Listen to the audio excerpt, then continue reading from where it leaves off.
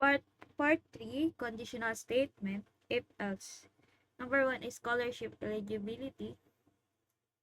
The program check if a student qualifies for a scholarship based on two criteria: their grades average and their family income. It uses if else condition to determine whether the student will receive a full scholarship, partial scholarship, or be marked as not eligible. Number 2 is electricity bill calculator. The program calculates the electricity bill based on the consumption. If the usage is 100 kilowatts or less, a cheaper rate, 5 pesos per kilowatts, is used. Otherwise, a higher rate applies, 8 pesos per kilowatt. A peak service charge of 50 pesos is added to the total amount.